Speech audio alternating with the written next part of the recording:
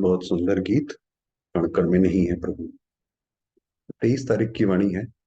और आज की वाणी बाबा ने आत्मा परमात्मा के ऊपर सारी, उसका आकार क्या है, उसके ऊपर सारी की सारी होगी। बाबा कह रहे मीठे बच्चे, तुम्हारा फर्ज है एक दो को बाप और बरसे की याद दिलाकर सावधान कर। माना जहां पे भी हम रहें, और अगर वो सारे भाई बहन ज्ञान में हैं तो उनको फिर बाप की याद दिलाओ, बाप और बरसे की। इसमें ही सबका कल्याण समाया हुआ है। तो एक बाबा की याद में ही, एक साहिब की याद में ही सबका कल्याण। प्रश्न है, तुम बच्चे किस एक गुह्य राज को समझते हो जो कोई साइंसदान भी नहीं समझ सकते। मतलब बड़े बड़े जो साइंटिस्ट हैं वो भी इसको नहीं समझ सकते, मगर तुम समझते हो। तुम समझते हो कि आत्मा अति सूक्ष्म स्टार है। कि हमें पता है कि आत्मा जो है उसी के अंदर सारा पार्ट भरा है, वही पूरे शरीर को चला रही है। और वो बिल्कुल छोटे से छोटी है, तो ये तो बड़े से बड़ा साइंटिस्ट भी नहीं जानता। उसमें ही सब संस्कार भरे हुए हैं। इसीलिए देखिए, कभी जो आत्मा होती है उसको अपने पूर्व जन्मों की याद आती है तो उसके अंदर नई नई ऐसी भाषाएं बोलने लग जाती है जो कभी उसने सीखी भी नहीं। क्योंकि आत्मा जो जन्म लेते लेते लेते आई है, वही शरीर द्वारा अपना अपना पार्ट बजा रही है। शरीर जड़ है, आत्मा चैतन्य है। ऐसे ही फिर परमात्मा भी स्टार है, उसमें सारी नॉलेज है। तो ये जैसे एक वंडर ऑफ द वर्ल्ड है कि इतनी छोटी सी आत्मा, उसके अंदर पूरा संस्कारों का पार्ट भरा हुआ है। ऐसे शिव बाबा उसका भरा हुआ है। वह मनुष्य सृष्टि का बीज रूप है, सत है, चैतन्य है शिव बाबा। वह कोई हजारों सूर्यों से तेजोमय नहीं है, क्योंकि गीता में पढ़ा ना कि वो तो हजारों सूर्यों से है, ऐसा नहीं। ये गुह्य राज तुम बच्चे समझते हो। साइंसदान इन बातों को नहीं समझ सकते। तुम्हें सबको आत्मा और परमात्मा की पहचान पहले पहले दे रही है। हम किसी से बात करें, किसी को ज्ञान सुनाएं, उसको पहले आत्मा परमात्मा का ज्ञान दें। ये रूहानी नॉलेज है। गीत है, माता ओ माता तू सबकी भाग्य विधाता। ओम शांति। बाप बच्चों प्रति कहे कि बच्चे सुदर्शन चक्रधारी बनो। बाबा हमारे लिए कहते हैं कि बच्चे, आप जो सुदर्शन चक्रधारी बनो, ये चक्र चलाते रहो। ये बाप ने बच्चों को सावधानी दी। बच्चों को भी एक दो को सावधानी देनी है। बाप को याद करने से झट वह नशा चढ़ जाता है। जैसे ही बाबा को भी याद करते हैं स्नेह से, तो एकदम से जैसे चढ़ जाता है पारा। स्मृति दिलाने के लिए एक दो को सावधान करना है। जैसे आपस में मिलते हैं तो नमस्ते आदि करते हैं ना, परंतु उनसे कोई कल्याण नहीं होता है। बाबा कहते हैं आप जो भी करो, जैसा भी काम करो, उसके पीछे एक मीनिंग हो। कर दिया बस हो गया, और बस फॉर्मेलिटी के लिए कर दिया नहीं। या किसी से मिल रहे हो उसको शिव बाबा की याद दिलाओ, नमस्ते, ये करने से क्या होगा। कल्याण तब होगा जब तुम बच्चे एक दो को सावधानी देंगे। सुदर्शन चक्रधारी अक्षर में सब कुछ आ जाता है। तो मुझ आत्मा ने सुदर्शन चक्रधारी क्या है, कैसे कैसे मुझ आत्मा ने ये पूरा चक्र जो है लगाया, स्व का दर्शन, उसका चक्र फिराओ। बाप का परिचय, मर्तबे का परिचय, चक्र का परिचय भी आ गया। तो एक दो को सावधानी देना पहला फर्ज है। याद कराने से खबरदार हो जाएंगे। घड़ी घड़ी एक दो को सावधान करना है। बाप और वर्षे को याद करते रहो, क्योंकि यही, इसमें ही कमाई है। जितना हम याद करेंगे, जैसे आने वाले जन्मों में हमारी उतनी सदगति होगी, आने वाले में भी होगी, अभी भी होगी। सुदर्शन चक्रधारी हो, अपने को अशरीरी समझ, अशरीरी बाप को याद करते, मैं आत्मा और बाबा को याद करती, और फिर मेरा पूरा चक्र मैंने कैसे कैसे जन्म लिया। याद अर्थात योग। योग से ही तुम्हारी निरोगी काया बनती है। ये अभी का पुरुषार्थ है। अंत में जब एकदम कर्मातीत अवस्था हो जाएगी तब निरोगी बनेगी। अभी तो पुरुषार्थ। अभी बाप बैठ बच्चों को समझाते हैं, क्योंकि जानते हैं सभी बेसमझ है। जब देवताओं आदि की पूजा करते हैं, उन्हों के ऑक्यूपेशन का कोई को पता नहीं है, तो तुमको समझाना है। हम सबकी बायोग्राफी बता सकते हैं। बाबा कहते हैं दुनिया में तो जो लोग पूजा पाठ आदि करते हैं, उन्हें थोड़ी पता है उनके बारे में, भगवान के बारे में, देवताओं के बारे में, कि ये अलग अलग है। आपको पता है तो आप उनको ये प्रसाद दो। पहले तो मुख्य परम पिता परमात्मा को जानना है। उसमें भी बहुत मनुष्य मूंझते हैं। कहते हैं परमात्मा का कोई नाम रूप नहीं है। भगवान के बारे में तो बहुत, जितने मुख उतनी बातें, बहुत मुश्किल है समझाना। तो बाबा कहते हैं उनको बताओ दुनिया में कहते हैं परमात्मा का नाम रूप नहीं है। भाई आप उसको परमात्मा बोलते हो तो नाम तो आ गया ना। तो पहली पहली मुख्य बात है आत्मा परमात्मा का भेद और ज्ञान बताओ कि आत्मा अलग है, परमात्मा अलग है। ये तो जानते हैं सब आत्मा है, पुण्य आत्मा पाप आत्मा कहा जाता है। कोई शरीर छोड़ता है तो कहते भी है कि भाई इनकी आत्मा को शांति देना। पाप परमात्मा नहीं कहेंगे, पतित दुनिया है ना, परमात्मा तो पतित नहीं होता। इसलिए मनुष्य को पहले पहले आत्मा को जानना है, क्योंकि आत्मा का ज्ञान कोई भी मनुष्य में नहीं है, और बिना आत्मा के ज्ञान के जाने परमात्मा को कोई जान नहीं सकता। उसको समझ नहीं आएगा कि परमात्मा माना ज्योतिर्बिंदु है। ज्योतिर्बिंदु माना क्या? आत्मा ही सुनती है, आत्माएं खाती पीती सब कुछ करती हैं इन ऑर्गन्स द्वारा। आत्मा का रूप क्या है? कहते हैं चमकता है प्रकृति के बीच में अजब सितारा। तो आत्मा का रूप समझाना पड़े ना। आत्मा का रूप कोई इतना बड़ा तो नहीं है, आत्मा अति सूक्ष्म है, बिल्कुल छोटे से छोटी आत्मा है। आत्मा का रूप है जीरो, अथवा बुरी, ये बिंदी माना भी कहते हैं। अब इस पर भी विचार करना चाहिए कि आत्मा कितनी सूक्ष्म है। मनुष्य पूछते हैं आत्मा शरीर से कैसे निकलती है। ये साइंस वैज्ञानिकों ने इसके ऊपर बहुत ज्यादा काम किया कि ये आत्मा निकलती कैसे है, आती कैसे है, तो उन्हें नहीं पता पड़ा कहाँ से निकलती है। शरीर के अलग अलग अंगों से निकलती है। कोई कहते हैं खोपड़ी से निकलती है, कोई कहते हैं आंखों से निकलती है, क्योंकि दरवाजे तो बहुत है ना। परंतु आत्मा है क्या चीज, ये जानना बड़ा वंडरफुल है। ये दुनिया में तो आत्मा को वो जो सूक्ष्म शरीर होता है उसी को आत्मा बोल देते हैं कि भाई उनकी आत्मा आई, और वास्तव में आत्मा कोई शरीर थोड़ी है। सूक्ष्म शरीर तो उसके जैसे विचारों का शरीर है, जो उसके विचार जो वो जनरेट करती है। तो आत्मा स्वयं तो ज्योतिर्बिंदु है। तो पूछते हैं आत्मा निकलती कैसे है, ये नहीं कहते आत्मा आती कैसे है। तो माँ के गर्भ में आत्मा आती है, परंतु पहले तो मालूम होना चाहिए कि आत्मा क्या चीज है। कितनी छोटी सी आत्मा में 84 जन्मों का पाठ भरा हुआ है। ये बातें मोस्ट वंडरफुल है। ये बातें आप जितनी गहराई में जाते जाओ उतना ज्यादा जो है आनंद आएगा कि ये कैसे कैसे आत्मा प्ले करती है। आत्मा है तो बरोबर स्टार मॉर्फिक, उसको बड़ा नहीं कहेंगे।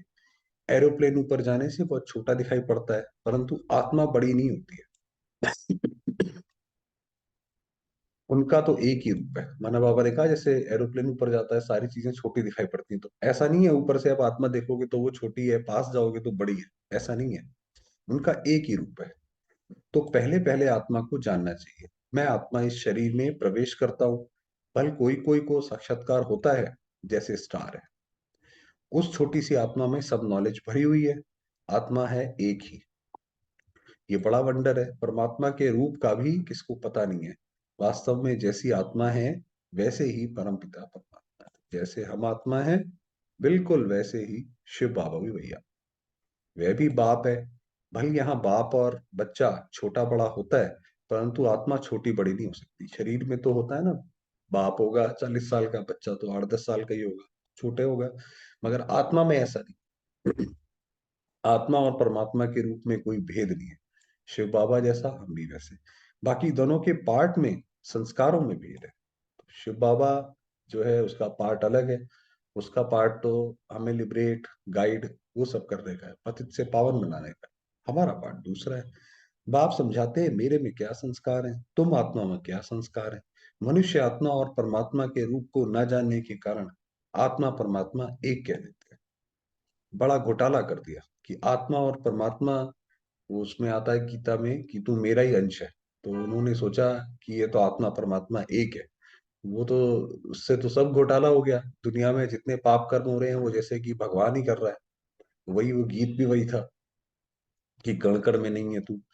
जानना बहुत जरूरी है, परमात्मा भी है, ब्रह्मा विष्णु शंकर भी हैं, इन सब में आत्मा है।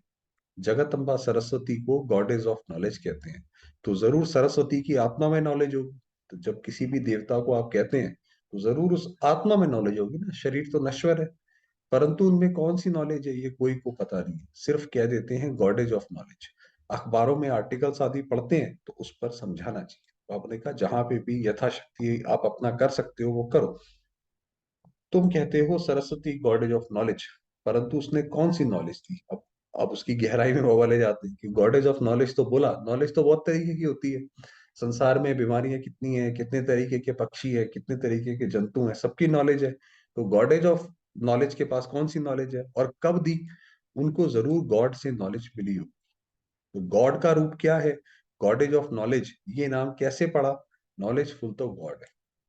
तो गॉडेज ऑफ नॉलेज यानी गॉड की नॉलेज दी, तो यानी गॉड कौन है? उसने सरस्वती को नॉलेजफुल कैसे बनाया? एक ही बात पर, किसको? संगम पर खड़ा कर देना चाहिए। संगम पर माना कि अगर सरस्वती को बाबा ने नॉलेज दी, गॉड ने नॉलेज दी, तो कब दी होगी? सरस्वती जब देवता देवी बनी उससे पहले दी होगी, तो यानी संगम पर दी होगी, तो संगम पर खड़ा कर देना चाहिए। बाबा कहते हैं हम समझाते हैं, बाकी लिखने के लिए तो संजय है, ये जगदीश भाई, जो जगदीश चंद्र हसीजा, जिनकी बहुत सारी क्लासेस हैं, आज हम डालेंगे ग्रुप पे भी, तो उनके लिए बाबा ने बोला, तो सारा लिटरेचर उन्होंने लिखा। ये है नंबर वन मुख्य एक्टर, जगदीश भाई के लिए बोले हैं। ये तो बाबा के साथ राइट हैंड होना चाहिए।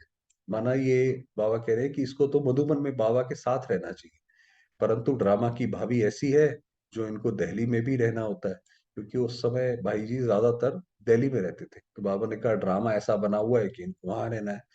कल पहले वाला पार्ट, अब देखिए बाबा कैसे हर चीज को शांत कर देते हैं। एक साइड बाबा ने अपनी इच्छा रखी कि ये तो बाबा का राइट हैंड होना चाहिए, परंतु ड्रामा जो है सर्वोपरि। तो हमारे सामने भी कोई बात आए, ड्रामा, ड्रामा, ड्रामा कल्याणकारी है, ऐसे ही होना चाहिए। ये नहीं ये होता तो क्या होता, वो होता तो क्या होता, नहीं, ये ड्रामा है, कल पहले ऐसा हुआ था, ऐसा ही है। अर्जुन का नाम मुख्य गाया हुआ है। अब तुम बच्चे हर बात का अर्थ समझते हो, अब हम बाबा के बच्चे हैं, तो अब हमें हर चीज का अर्थ समझ आता है। अर्जुन कौन, जगदम्बा कौन, गॉडेज ऑफ नॉलेज कौन? पहले पहले तो आत्मा और परमात्मा को समझना है। बाप ने बच्चों को समझाया है, आत्मा स्टार है। आज बाबा पूरी आत्मा ही आत्मा, तो अपने आप को आत्मा समझ के पूरी ये समझे। आत्मा स्टार है, उसमें सारी नॉलेज कैसे भरी हुई है, ये कोई साइंसदान भी समझ नहीं सकेंगे। आप देखिए जैसे जैसे समय बीतता जाता है, तो आत्मा को उसका पार्ट जो है वो धीरे धीरे करके खुलता चला जाता है, और जो उसने पीछे जितने जन्म लिए हैं वो भी उसके अंदर भरा हुआ है। ये तो कमाल है कि छोटी सी आत्मा और उसके अंदर इतना सारा वो भरा हुआ है।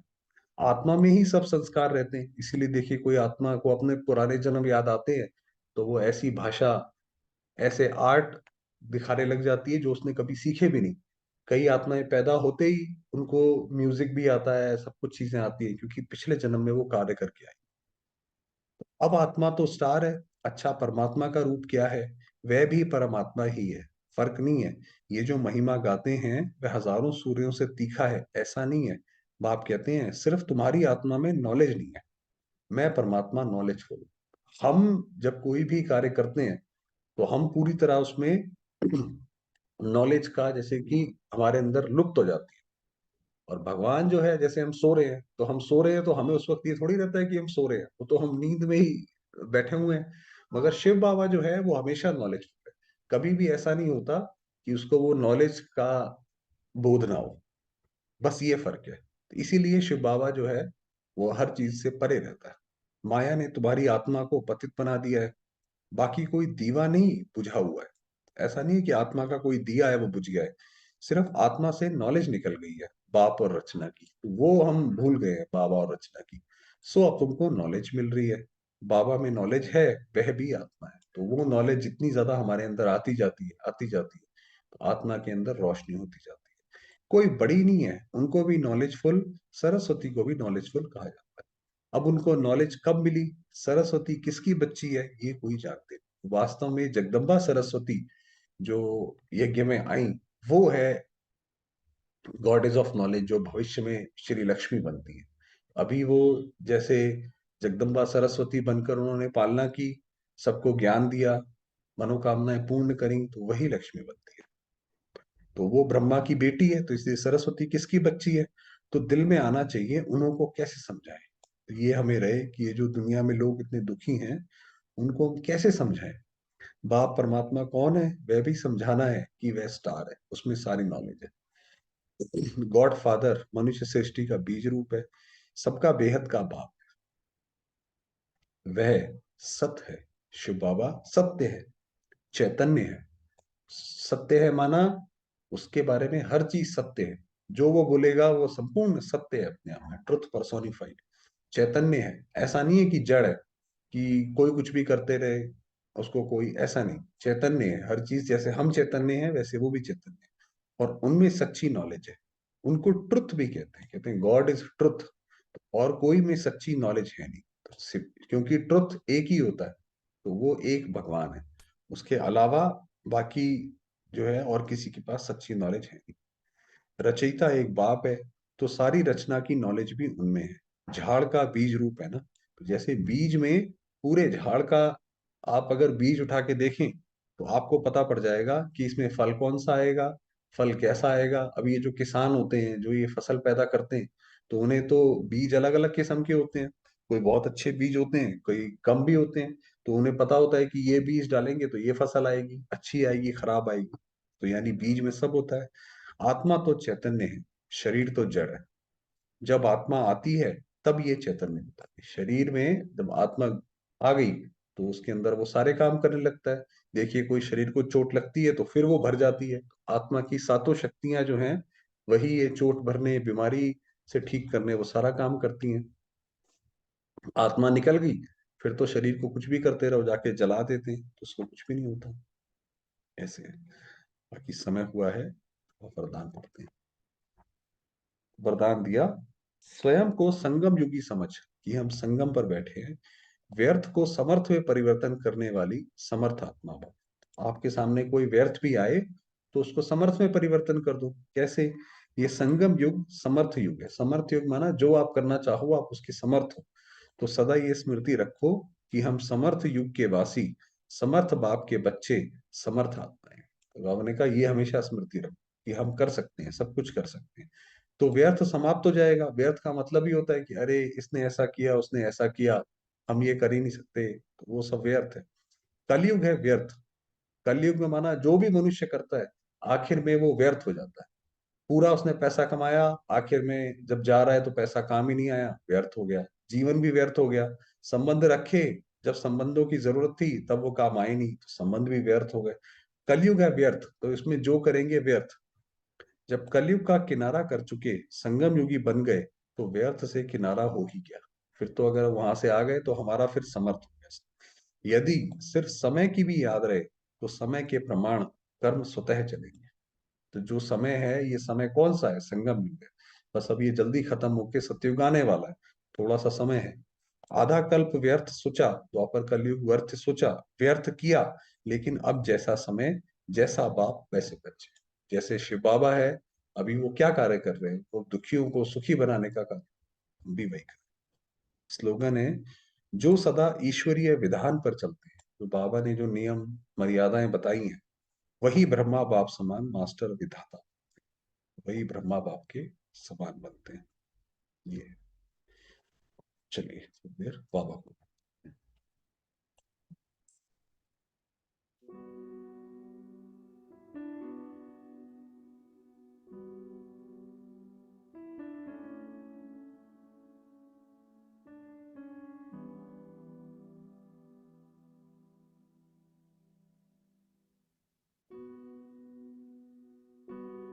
मैं आत्मा, ज्योति,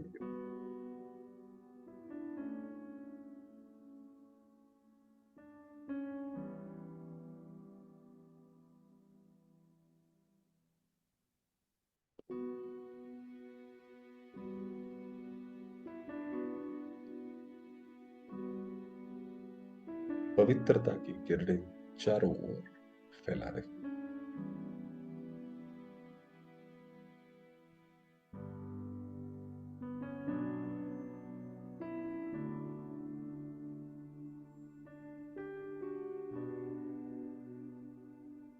ये मेरा शरीर, सारा वातावरण पवित्रता की किरणों से भरपूर।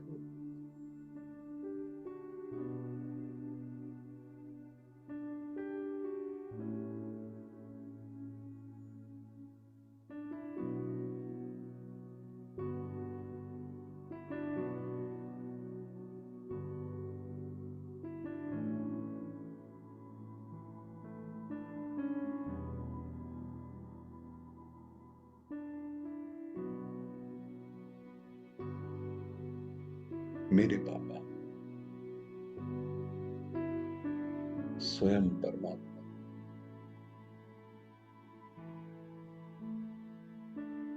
शिव बाबा परम धाम में विराजमान है।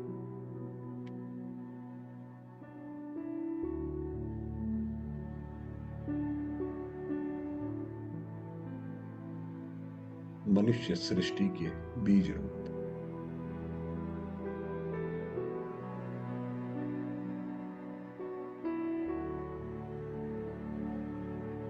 सृष्टि के रचयिता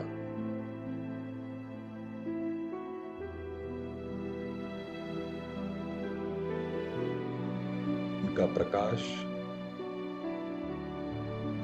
सारे ब्रह्मांड में फैला हुआ है।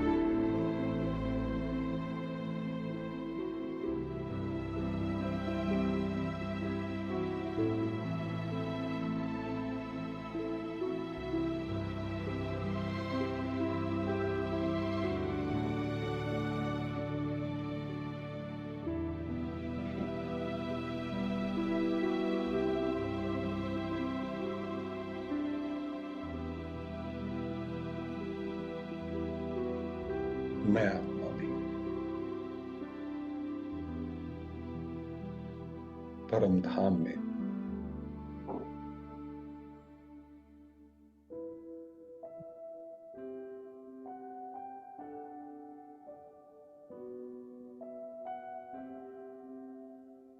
शांत, बुद्ध, पवित्र,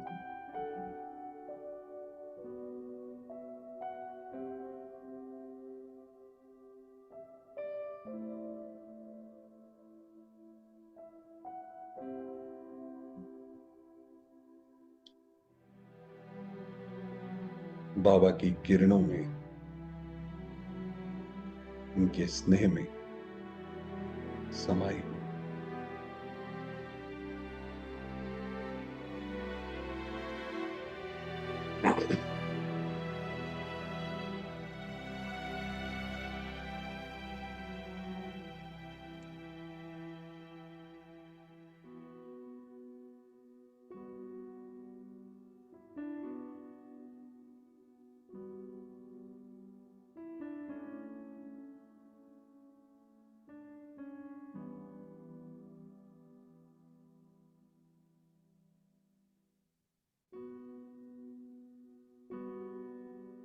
बाबा की शक्तियों को स्वयं के अंदर समाती जाती।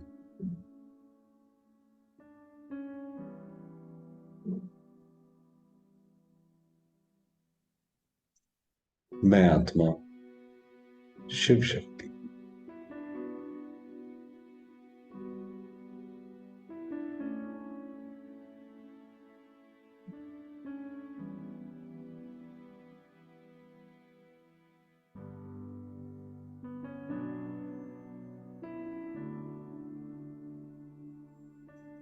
प्यारे बाबा की किरणें मुझ आत्मा पर पड़कर सारे संसार में फैल रही।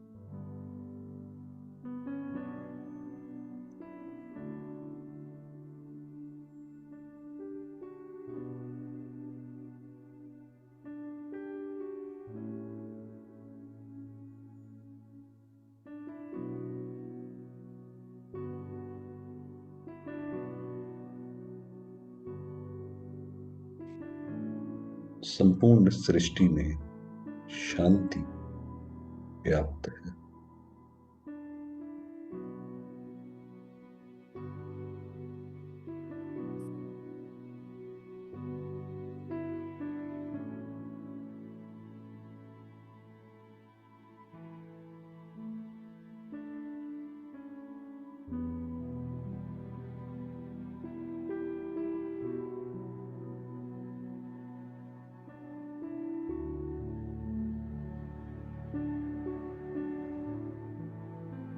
और मैं आत्मा शिव शक्ति शिव के साथ कंबाइंड